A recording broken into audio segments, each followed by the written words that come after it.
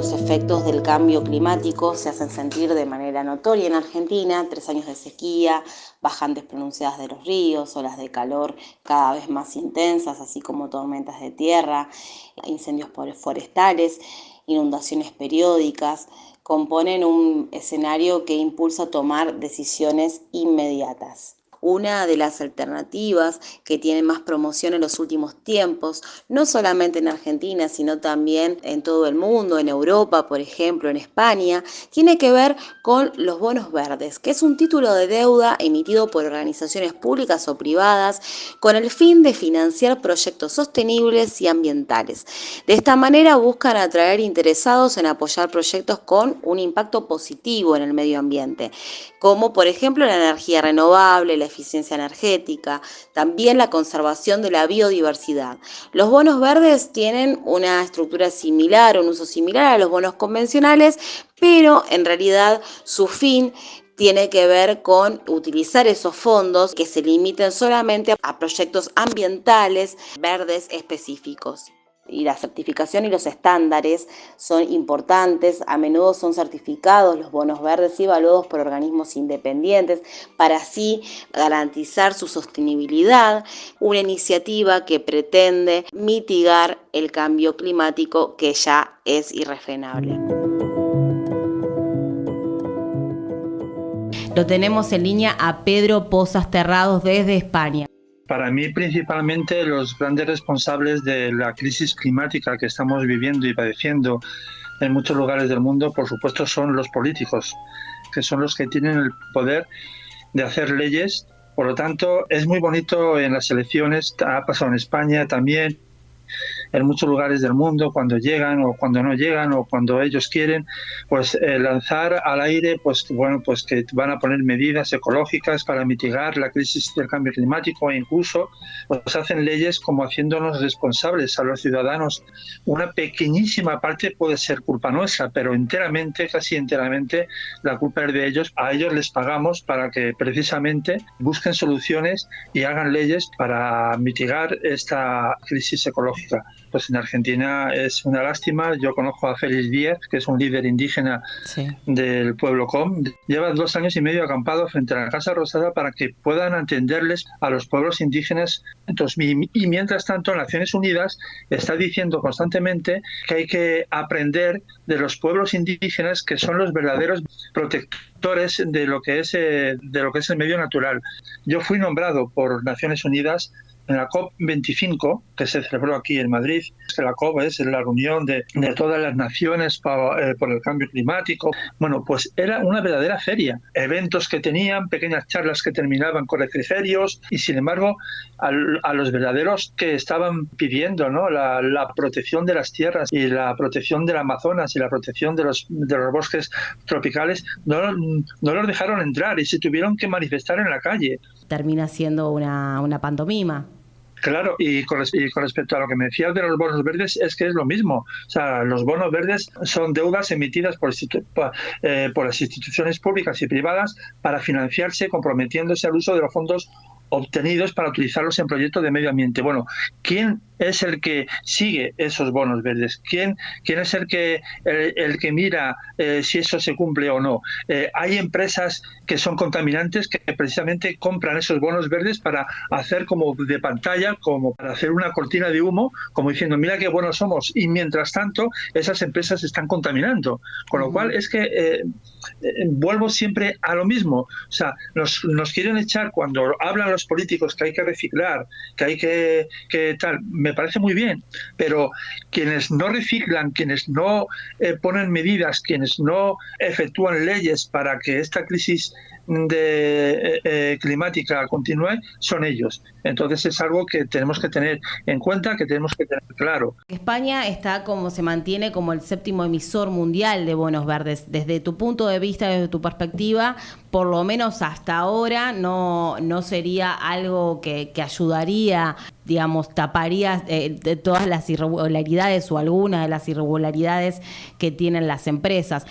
¿Vos creés que esto solamente tiene este destino o que puede llegar a regularse y realmente tener un buen fin si se regula bien desde las políticas públicas?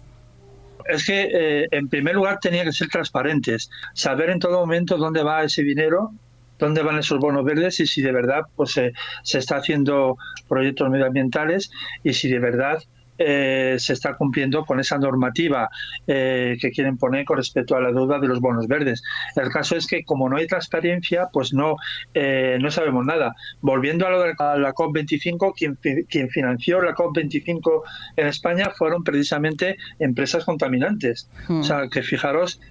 Bueno, pues hasta qué punto, ¿no? Claro. Efectivamente, hay empresas contaminantes que compran los bonos verdes o proyectos para hacer proyectos medioambientales que yo no digo que no se cumplan, pero que sí están tapando, sí que están haciendo una cortina de humo.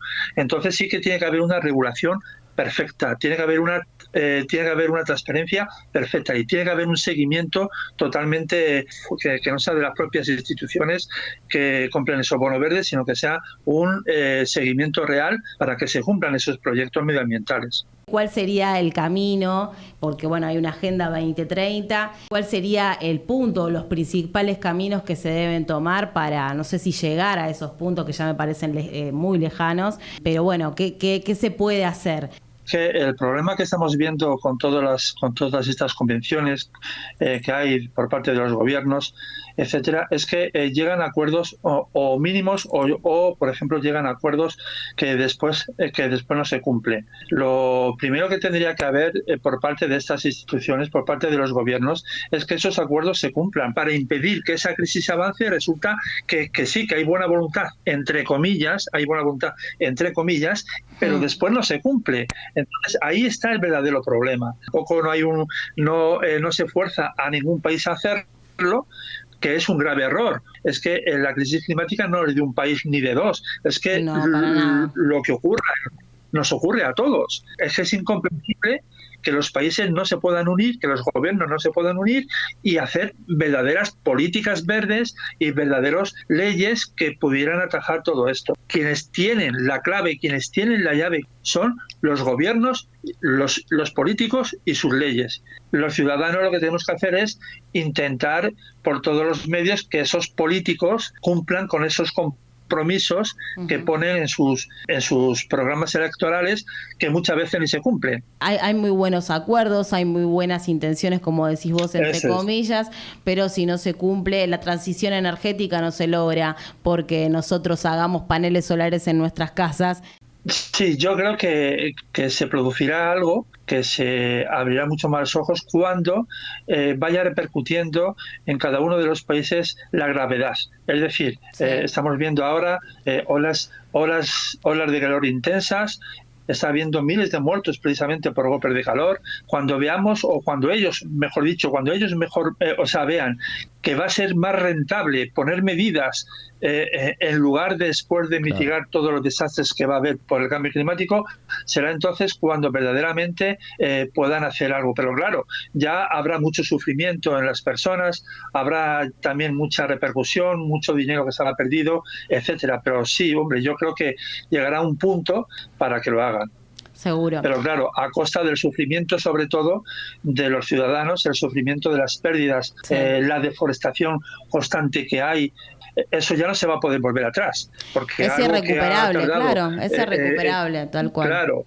Y además, bueno, acá también, por ejemplo, estamos viviendo ustedes olas de calor, nosotros inundaciones. Pedro Pozas Terrados, naturalista, primatologista, bueno, director ejecutivo y coordinador general del proyecto de Alzheimer en España. Queríamos hablar de, obviamente, cambio climático, porque lo estamos viviendo, y además, particularmente, ¿qué pensaba de esto, de los bonos verdes? Compartimos las palabras de Alejandra Cámara, directora de la consultora Génesis sobre cambio climático, asesora de Naciones Unidas y del G20. Nos referimos al cambio climático que ha producido la actividad humana sobre el planeta. El planeta ha tenido variaciones climáticas y las conocemos. La actividad humana genera actividades que producen emisiones de gases de efecto invernadero. Es que la atmósfera es lo que la cáscara es al huevo, es muy muy finita y el ser humano con todas estas emisiones puede cambiar su composición. Ahora, cambiando su composición, ¿qué produce? Produce que se haga este techo como un invernadero, se genere calor, los rayos del sol penetran pero no pueden salir y cada vez vamos calentando más. Ese es el efecto del cambio climático. Aumenta la temperatura global. No va a llover más. Lo que va a producir es que quizás en promedio al año va a caer la misma cantidad de lluvia, pero se va a aumentar el poderío de destrucción. Otro de los grandes temas es que ese calor alimenta, por ejemplo, todo lo que tiene que ver con huracanes, todo lo que tenga que ver con el aumento de los niveles del mar, porque obviamente los glaciares se están derritiendo. En general, los grandes sectores que contribuyen en el mundo al cambio climático, entre otros, es primero la extracción y la comercialización de petróleo y gas. Obviamente, todo lo que es la industria del petróleo y gas es altamente contaminante. El otro gran punto es la agricultura y el cambio de uso de suelo. Todo lo que nosotros deforestamos, todo lo que nosotros desechamos, todo lo que nosotros ensuciamos y polucionamos los océanos, todo eso contribuye a, en mayor parte, en mayor medida, aumentar las emisiones. Luego tenemos las ciudades, obviamente, en todo lo que tiene que ver con ciudades, residuos, hacer toda una ciudad, enfriar las ciudades, que a veces se le llama el hecho de tener más parques por habitantes, pero claro, todo esto se reduce al tema financiero y al tema de dinero. Nosotros en Latinoamérica tenemos dos grandes ecosistemas. El primero, Amazonia, y el segundo, nuestro Chaco paraguayo. En Brasil se firmó la moratoria ya hace más de 10 años, que muchos se reunieron a firmar, a decir que no se iba a deforestar más el Amazonas para plantar soja. Eso paró bastante la deforestación en Brasil, lo cual fue un hecho muy, muy positivo, pero se incrementaron, se duplicaron las tasas de deforestación en nuestro Chaco paraguayo. Entonces también tener en cuenta que cuando blindamos una zona, todo lo que no se hace en esa zona porque está prohibido o blindado, no vaya a otro lado. Eso se llama la fuga de emisiones. Y por otro lado, definitivamente, cuando vos talás el bosque, y esto es una ecuación económica, yo la he visto. Compro la tierra a $400 la hectárea cuadrada, la tala del bosque me sale $500, entrar con las topadoras, llevar el agua otro tanto, por ahí me sale mucho más barato hacer eso que plantar soja en la zona núcleo, donde la hectárea está muchísimo más cara. Entonces eso también nos vuelve a llevar a un tema de ecuación económica. Después, ¿cuáles van a ser los motivos de restauración si hay una penalización? El medio ambiente es de todos, pero no es de nadie. Y cuando es de todos, pero no es de nadie, también hay problemas para ver quién lo gestiona, cómo se gestiona, etcétera, etcétera.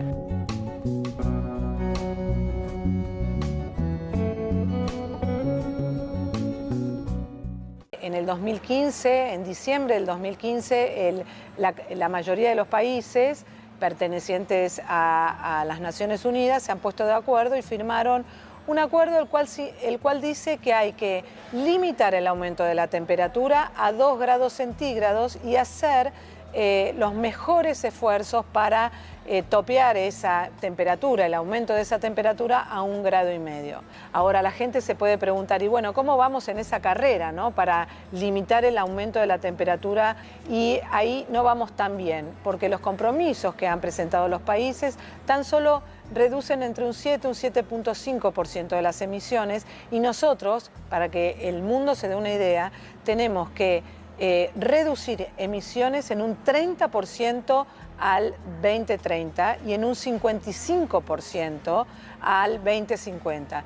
Esto, que yo lo llamo reducir emisiones, traducido, significa que tenemos que cambiar nuestra economía en un 30 y en un 55% de cómo la estamos encarando ahora.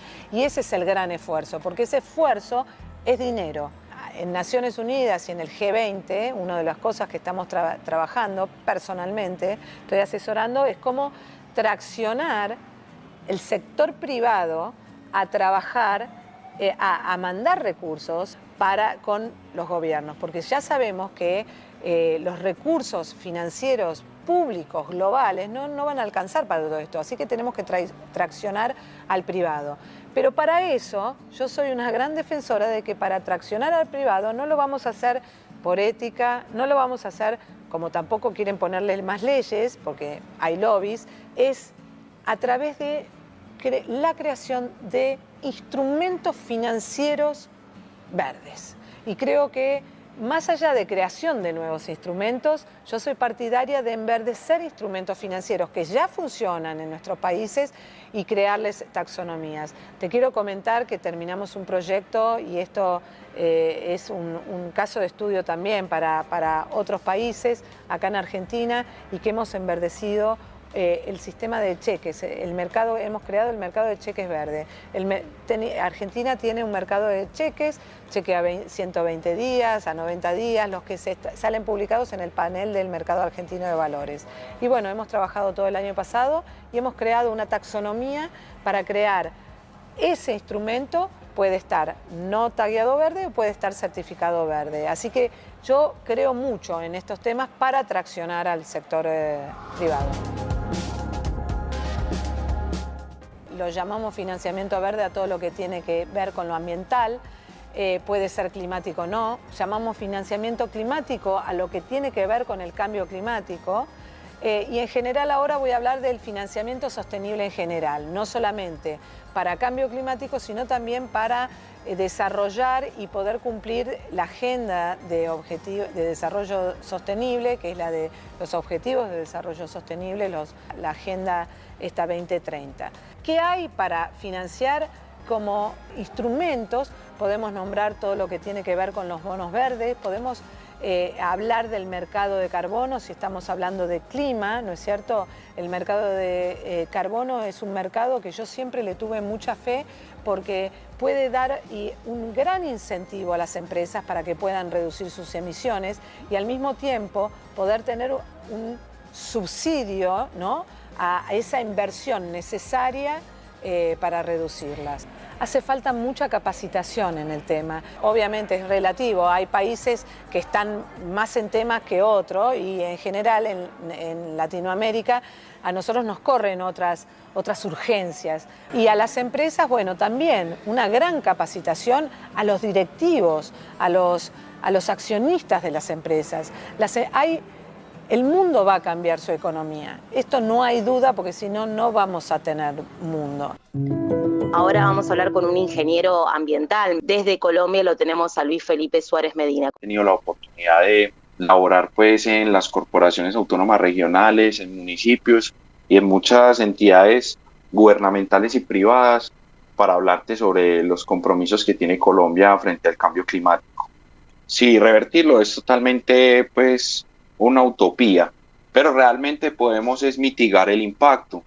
A eso es que le apuntan pues nuestros países. Actualmente nosotros tenemos en Colombia el primer gobierno pues, digámoslo así, de izquierda, en el cual hay un gran compromiso para trabajar articuladamente con los países de América y de Sudamérica para la protección y conservación de la Amazonía. Como bien sabemos, la Amazonía es ese pulmón verde que existe en todo Sudamérica y que es un regulador de temperatura para nosotros. Todos estos bosques también cautivan y atraen la humedad y eso hace que de pronto, digámoslo así, se mantenga un poco fresco América. Y en este momento estamos teniendo la más alta tasa de deforestación en la Amazonía entre los países de Colombia, Perú y Brasil. Este es un problema básicamente generado pues por actividades ilegales como lo es los cultivos ilícitos y la ganadería extensiva. Básicamente Colombia en este momento es uno de los países de Latinoamérica con una de las tasas más altas de deforestación y esto ha propiciado que el cambio climático nos afecte realmente nuestro territorio. Colombia en el 2015 se comprometió a reducir para el 2030 el 20% de las emisiones de gases de efecto invernadero. Inclusive se comprometió hasta un 30% si había cooperación internacional. Eso es lo que en este momento el gobierno le está apuntando. Se nota pues que se quiere articular más que todo con el gigante de la región, que es Brasil, para el tema de la Amazonía, porque es algo de verdad que pues es injerencia de los países directos, sino también de todo Sudamérica, porque es un termorregulador toda la selva amazónica. Por último te pregunto, Luis, hablabas que trabajás en lo privado y en lo público, o has trabajado, tenés experiencia, ¿ves diferencias entre el aspecto privado y público? Bueno, realmente sí, he tenido ese privilegio de poder estar en los dos sectores y conocer las dos caras de la moneda. ¿Por qué las dos caras de la moneda? Porque las políticas públicas apuntan a unos objetivos en específico, pero en el sector privado es 100% el desarrollo económico. Allí el desarrollo sostenible aún pues todavía no ha incursionado, entonces digamos que todavía no hay una política clara en el sector privado frente a la igualdad de género, ¿cierto? Eso es muy importante. He conocido mujeres que son grandes líderes y que han sido inspiraciones para mí y que de pronto en el sector privado no se les ha dado como esa relevancia que podrían tener, pero en el sector público sí, digamos que las políticas han estado un poquito orientadas más a ese sector, ¿cierto? Se debería trabajar de igual manera para ambos porque el sector privado y sector público contribuyen al desarrollo de un país de igual manera. Cuando uno de los dos empieza a tomar más protagonismo, ahí es cuando ya empieza a haber un desequilibrio y ya no se cumplen pues como con esos objetivos que se han planteado. Vamos a hablar con Pablo Piccione, que es un especialista en ecoingeniería y lucha contra el cambio climático. Sí, mira, en principio, tal como se han dicho en las entrevistas anteriores, sabemos que es muy importante el sector privado y el sector público. Ahora, también tenemos que entender que es importante el tercer sector. Todos los sectores tienen que estar abordando este tema porque estamos ante el desafío más grande que ha tenido la humanidad. Este no es un planeta con un ambiente protegido, sino todo lo contrario. Este desafío es tan grande que, a ver, es más grande que la Torre de Babel. Dado que tenemos que estar todos unidos, sin importar nuestra historia, sin importar nuestra religión, sin importar nuestro idioma, toda la humanidad tiene que ponerse en contexto para poder lograr las políticas que puedan llevar adelante esto. Y en esta oportunidad a la Argentina se presenta algo único, que es el tema del gas. Sí. El gas, si bien es un combustible fósil, es mucho más amigable que el resto de los combustibles y se pueden seguir aplicando, por ejemplo, medidas para capturar el dióxido de carbono, pero no solo eso, impacta directamente en la electricidad, o sea, gas barato es electricidad barata que se transforma en producción barata. Tal cual, también tiene un rendimiento económico, ¿no? Que bueno, por lo menos es importante ante el contexto que vivimos. En el contexto que vivimos, en un contexto donde los consumidores pueden llegar a empezar a elegir, o sea, cuáles son las empresas que realmente están acompañando, vamos a decir, y ayudando al planeta.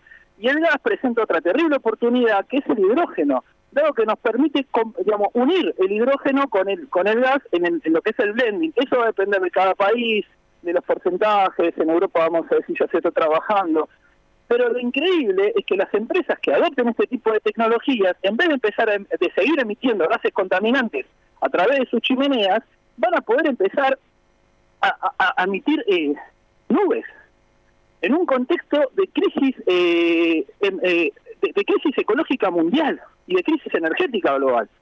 ¿Te parece que las empresas lo pueden aplicar? Es complejo y es un desafío, dado que no alcanza simplemente con el hidrógeno. El hidrógeno producido tiene que ser producido a través de electricidad verde, porque si no se termina haciendo un daño mucho peor.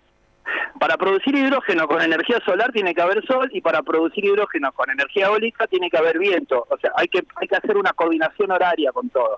Es un gran desafío, es un gran desafío. Y yo hago mucho hincapié en los años que tenemos estos objetivos, 2030 y 2050.